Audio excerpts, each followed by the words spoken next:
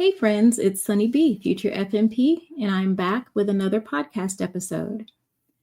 Today, I will be sharing my top 5 tips for presenting patient cases in clinical.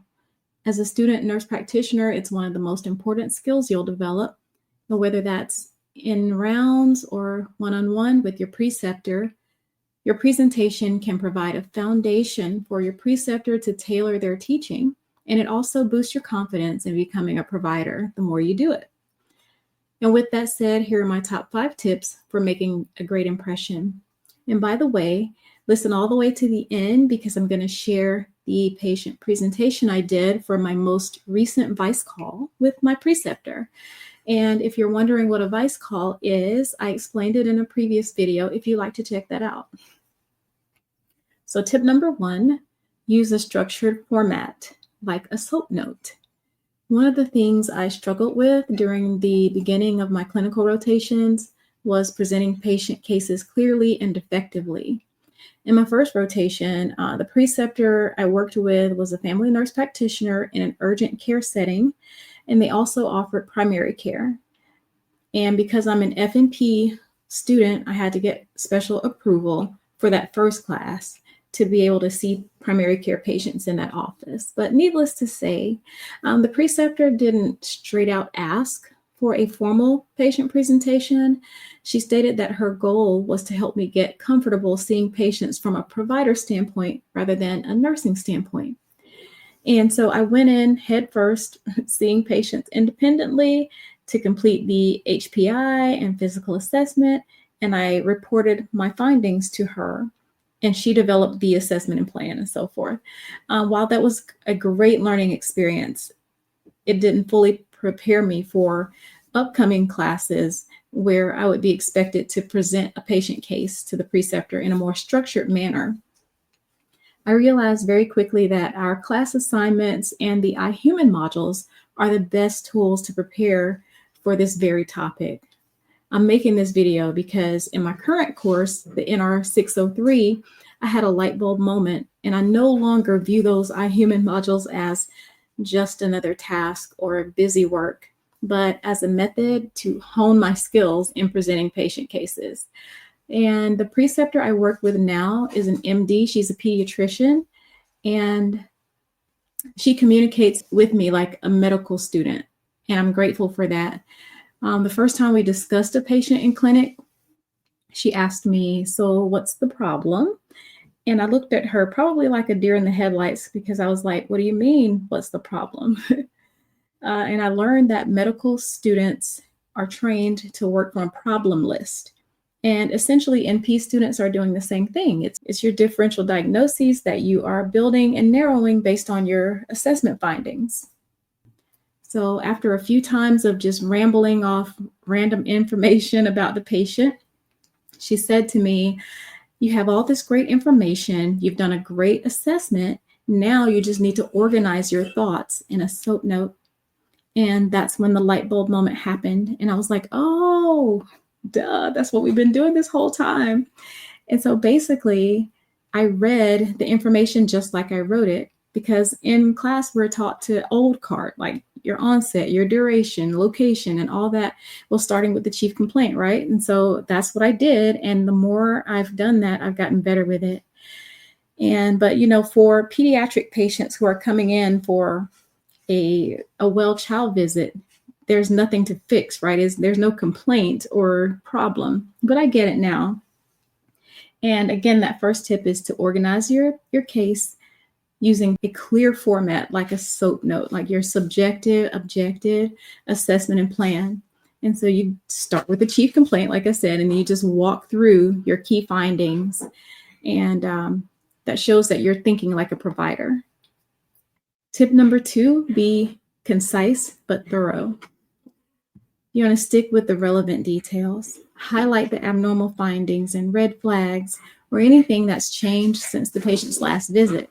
It might be tempting to overshare or let your preceptor know that you did a great job with the patient history and assessment, but you want to avoid reading the whole chart. Your preceptor will appreciate the clarity and efficiency.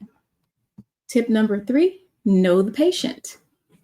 The last tip and this one are kind of a catch-22 because although you want to be concise and not overshare, you also want to make sure that you actually know the patient in case your preceptor asks questions about things that you didn't mention during that presentation. So review the labs, review the patient's history and medications that they're taking, also their vital signs, so that you can answer questions confidently without getting caught off guard. Tip number 4, offer a preliminary assessment plan. This is another skill that my preceptor is helping me develop. Once she realized that I was getting pretty good with the presenting cases, she started asking, so what is your plan? And that initially threw me for a loop because, like I said, these are pediatrics patients, and oftentimes they don't have any major problems and there's nothing to fix. So in cases like these, I've learned to simply recommend follow-up in 1 year or sooner for any urgent care needs, or follow up at the next scheduled vaccine dose, and so on. And to put it simply, don't just list out facts, but synthesize a plan and present your differential diagnosis, your top concern, and a suggested plan. And like, even if you're unsure, it shows that initiative and helps your preceptor guide your learning. Tip number 5, be open to feedback. One of the best pieces of advice I can offer is to remain teachable and coachable. I was pleased to see on my midterm evaluation that my preceptor stated that I respond well to feedback, and that is because I value her feedback. A great thing to remember while you're completing your rotations is that your preceptor wants to help you grow, right? So listen actively, take notes, and don't be afraid to ask questions or admit when you don't know something, because growth truly starts with humility. So in summary, my top 5 tips for presenting patients in clinical are: number 1, use a structured format. Number 2, be concise but thorough. Number 3, know your patient. Number 4, offer a preliminary assessment and plan. And number 5, be open to feedback. Before we go, I'd like to share the patient presentation that I did for my VICE call that I completed with my professor a few days ago to give you an idea of the flow. So this one, of course, is a little more detailed because it was intended to be a patient referral call to a specialist. This assignment was pass-fail, and I did pass perfectly, and I received some good feedback from my professor. For HIPAA purposes, obviously, I will not share the name of the patient or their date of birth, and I will also change the name of the professor. So here we go.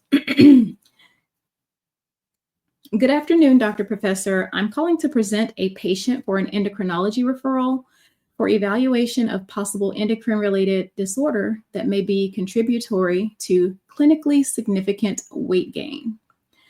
The patient is an 11-year-old Hispanic male who presents to our clinic today, accompanied by his mother for an annual well-child visit. Since the previous well-child visit in July of 2024, the patient has gained 30.2 pounds. His growth and development trends have been in the 97th to 99th percentile in both weight and height. Past medical history includes a previous abnormal lipid panel 1 year ago with a total cholesterol of 181, LDL of 109, triglycerides 93, and non-HDL lipid level 128. Patient has no surgical history. Family medical history includes type 2 diabetes in both parents, maternal grandmother with type 2 diabetes and hyperlipidemia, and cancers of unknown type in both maternal and paternal grandparents. The patient is a 6th grader who lives at home with both parents and 3 siblings. He enjoys playing soccer and answered appropriately to HEADS assessment questions. He denies shortness of breath, difficulty breathing, headache, fatigue, heat or cold intolerance, or GI symptoms, and endorses frequent consumption of sugary beverages and snacks that are kept in the home. The patient's mother states that she has made attempts to stop the patient from consuming too many snacks and sodas. The vital signs were within normal limits in the office today. The patient currently weighs 144 pounds with a BMI of 28.1. He has excess adipose tissue on the face, trunk, abdomen and bilateral upper and lower extremities, and Tanner stage 2 development. S1, S2 are present. No murmurs or gallops noted. Lung sounds are clear to auscultation in all fields, and the physical exam is otherwise unremarkable. Diagnostic testing includes a repeat lipid panel, hemoglobin A1C, TSH and free T4, cortisol level, urinalysis, and vitamin D. We are currently awaiting results. No pharmacologic treatment is recommended at this time unless indicated per lab results and according to treatment guidelines. Counseling and education were provided to the patient and his mother regarding diet and exercise. We also discussed a possible referral to a nutrition specialist for assistance with family-centered meal planning and healthy snack options. The patient is being referred to endocrinology. My suspicion is that this patient's weight gain is related to excessive caloric intake, and that is my primary diagnosis, obesity. However, I would like to rule out possible endocrine-related causes such as hypothyroidism, metabolic syndrome with insulin resistance, or Cushing's syndrome, which are all on my working differential list. I would also like to evaluate for a pituitary tumor, which is unlikely given that the patient is asymptomatic for headache, vision problems, or fatigue. However, it cannot be completely ruled out as yet. So initial follow-up in 1 month to recheck the weight. I'd like to refer for further workup if the labs are abnormal or if the rapid weight gain continues despite dietary and lifestyle modifications. Follow up again in 3 months to monitor the BMI and growth trajectory, and repeat lipid panel annually at the well-child visit. And so after we gave all of this information, we were to present a possible plan we suspect the endocrinologist or the person we referred to would do. And so I stated that if the labs were normal, we'd do watchful waiting and monitor the weight. And if they were abnormal, we'd do a hormone panel, prolactin and growth hormone to identify any deficiencies that the patient might have. And then finally, imaging, possibly an MRI with pituitary protocol to rule out a tumor, or an alternate CT scan if the MRI is contraindicated for any reason. And when I finished, my professor literally applauded and told me I did a really great job.